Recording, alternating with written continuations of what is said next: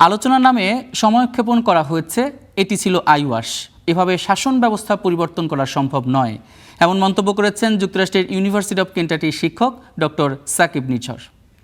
যে নেগোসিয়েশনটা আমেরিকার সাথে চলছিল সেখানে কিন্তু সর্বশেষ রাউন্ডে কিন্তু ইরান অনেক বেশি কনসেশন দিয়েছিল। যে সিপিওএ অর্থাৎ ওবামার সময় যে চুক্তি হয়েছিল তার চেয়েও অনেক বেশি কনসেশন কিন্তু ইরান দিয়েছিল। এমনকি ইরানের পক্ষ থেকে এটাও বলা হয়েছিল যে তারা সব কিছু পরিত্যাগ করতে রাজি, অর্থাৎ কোনো এনরিচড ইউরেনিয়ামই কিন্তু তারা আর প্রসেস করবে না, এরকম একটা প্রতিশ্রুতি তাদের তরফ থেকে দেয়া হয়েছিল।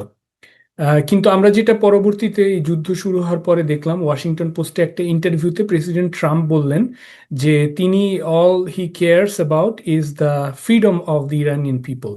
অর্থাৎ এর আগে তিনি যেমনটা বলে আসছিলেন নিউক্লিয়ার এনরিচমেন্ট অথবা এমনকি পরবর্তীতে গোলপোস্ট সরিয়ে বললেন ব্যালিস্টিক মিসাইল প্রোগ্রামের কথা, সেগুলোর বদলে তিনি কিন্তু পুরো জিনিসটাকে শিফট করে দিলেন একটা রেজিম চেঞ্জ অর্থাৎ সরকার পরিবর্তনের আলোচনায়, যেখানে তিনি বললেন যে তিনি আসলে ইরানিয়ান জনগণের স্বাধীনতার জন্য এই লড়াইটা করছেন।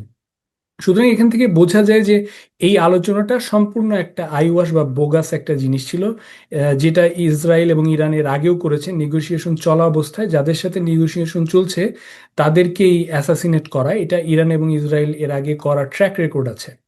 এবং এই প্ল্যান আমরা এখন আমেরিকান অফিসিয়ালস, ইসরায়েলি অফিসিয়ালসদের বরাতে মিডিয়ায় আসা রিপোর্ট থেকে দেখতে পাচ্ছি যে অনেক মাস আগেই এই প্ল্যানটা ছিল, এবং কবে কোন এক্স্যাক্টলি কোন ডেটে ঘটনাটা ঘটানো হবে সেই ডেটটা পর্যন্ত